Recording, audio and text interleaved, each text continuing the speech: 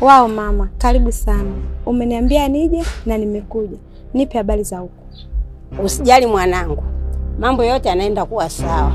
Huyu mama mkwe wako atafukuzwa muda si mrefu. Nilitakiwa nirudi leo kwenye hii nyumba, lakini kuna jambo ninatakiwa nifanye ndipo nirudi. Shika hii dawa mwanangu, alafu nisikize kwa makini, nikupe masharti yake.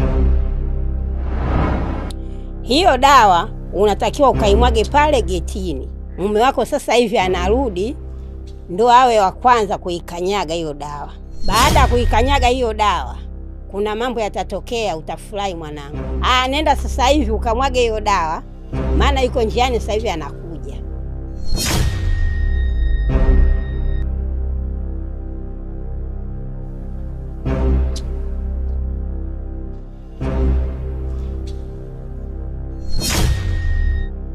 Nyie vipi?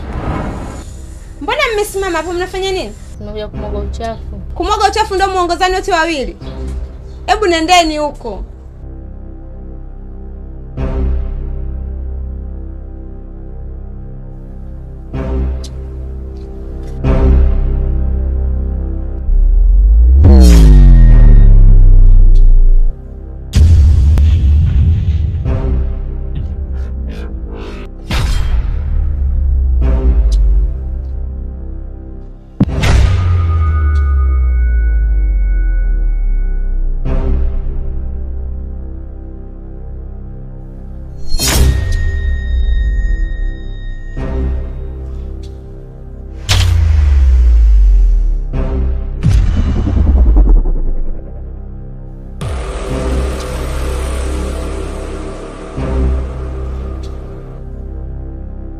Kwa hiyo bosi wangu, ninachokuomba fanya juu chini ili mimi ile nyumba nihame, kwa sababu naweza nikalala najishtua kabisa hivi namuona mbibi aliyeishi miaka 100 ananijia afu ananiambia ondoka hapa sio kwako, ondoka hapa sio kwako.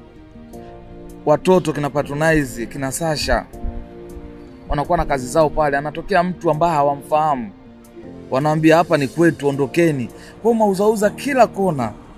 Kwa ndo maana nikasema nitaongea na wewe bosi wangu, kama kuna uwezekano wa kunihamishia mimi makazi, nipewe nyumba nyingine tofauti na ile ninayoishi, nitakushukuru sana bosi wangu.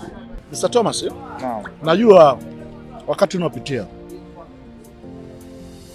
umenieleza vitu vingi hapo nyumbani. Kama hayo vitu vipo.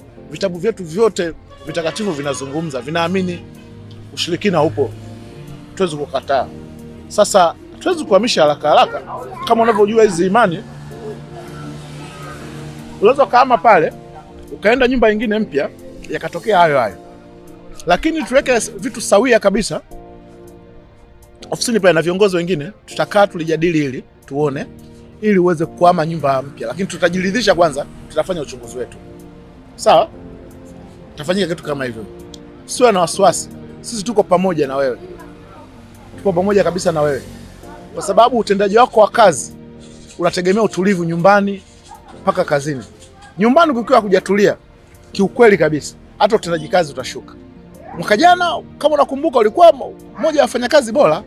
Tunatarajia hata mwaka huu utakuwa katika ubora huo, lakini kama nyumbani kutakuwa hakuko salama sana, utulivu wa kiakili utakuwa mdogo, automatic hata kazini utendaji utashuka.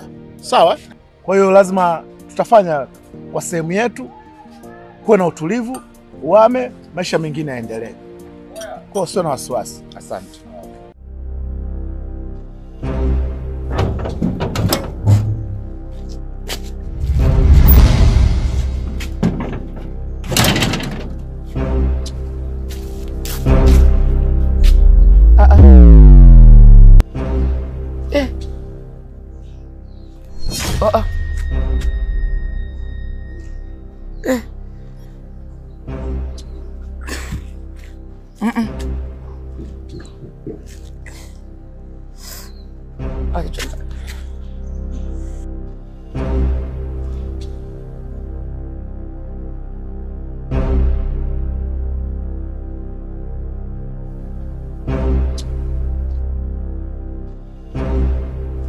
Wow, tiba yangu. Unajua nilikuwa najisikia vibaya. Ila ulivyokuja kunipokea tu nimejisikia mzima. Au naumwa? Amna mke wangu, nimekumisi sana. Tuanze chumbani. Mpenzi wangu, I love you so much. I love you. Oh my God. Ila mimi sina kinyongo kuwa na amani kiroho safi. Maana Mungu kasema tushikamane. Wow, mama. Karibu mama. Asante mwana. Mama na mzigo unaonekana mkubwa. Kubwa kweli mwana. Karibu sana mama. Asante. Za huko. Habari za hapa mwanangu. Pole. Niambie. Nilikumisi. Mimi nikumisi kweli mwanangu. Karibu mama. Nimepata shida. Pole sana. Mama. Bema. Waja nikupe umbea. Nipe mwanangu. Nakwambia ile dawa ulionipa.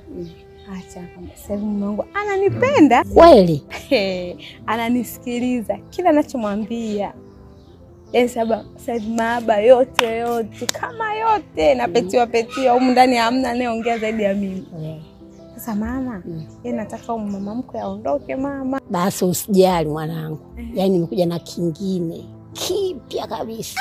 Kweli mama? Kia Mungu kabisa mama. Kama naona humu ndani. Yaani ataondoka mmoja baada ya mwingine. Sawa karibu mama, maana nilikumisi.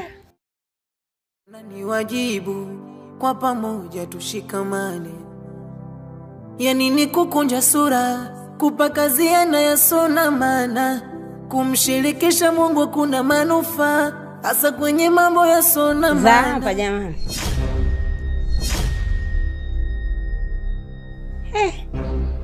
Na asalimia nitaki kuitika. Mimi ndo nishafika mwenyewe. Ila mimi sina kinyongo kuwa na amani kiroho safi. Maana Mungu kasema tushikamane. Na pia tushikane mikono. Yaani mama, ndo huyu tulomona na patronize. Sijui kama tutapona. We. Haya tumwachie Mungu mwanangu. Mungu ndo anayejua. Niko nateseka sana mule ndani. Mimi nishachoka kuishi. Yule mama Akambo ananionyesha vitu vya ajabu. Yule mama Akambo vitu anavyonifanyia. Hata nyenyewe nikahadisia hata mnaweza kutoa machozi. Mimi nimeshachoka kuishi mule ndani. Nisaidie tu. Mbembelezeni hata kaka yenu mimi nije kuishi humu. Yule mama ananyanyasa sana. Chakula ananinyima. Yaani sijui mtu alomvwaje. Tumekusikia dada yangu, lakini sidhani kama kwetu sisi tutakuwa na mamlaka ya kuweza kusaidia hapo. Kwa sababu huyu mwenyewe ni kaka mwenyewe alikutana naye ndipo akamsaidia. Kwa kitu ambacho tunaweza kukusaidia, jikaze, jitahidi ukutane na kaka ili uweze kumueleza jambo lako, anaweza kukusaidia. Kwa sababu kwa upendo wetu sisi hakuna mtu akaweza kumface kaka kumwambia ili swala na kukubaliana nalo. Sidhani. Lakini ukutana naye mwenyewe na ukamueleza, anaweza kukusaidia. Kwa sababu kaka yetu si ni mtu fulani mwenye huruma sana. Ni kweli kabisa. Ni bora ufuate kama walivyokuambia. Sio rahisi sisi kutoka hapa kwenda kumueleza kaka kitu kama hicho. Maana hata mimi mwenyewe muda nimesaidiwa. Kwa hiyo siwezi kutoka hapa nikaenda kumuelezea kitu kama hicho. Bora umfuate mwenyewe uongee naye. Umenielewa? Sawa, nimeelewa. Afadhali umekuja baba. Naam. Maana hapa nyumbani mambo yamebadilika kabisa. Mwanangu Thomas simuelewi kabisa. Mwanangu Thomas najua anafanya kazi kwenye kampuni yako. Lakini sasa hivi amebadilika kabisa. Yaani nashindwa hata kumuelewa. Imekuwaje kuaje? Maana hata hawa ndugu zake wanaokaa hapa hana msaada nao tena. Yaani mambo yamekuwa magumu kweli. Sasa bora ulivyokuja unisaidie baba, tunafanyaje? Mama, nimekusikia. Kweli inasikitisha. Na mimi nimekuja leo hapa, sijaja rasmi kama kiofisi, lakini nafahamu utendaji kazi wa Mr. Thomas. Nikaona siku tatu hajatokea kazi. Nikaona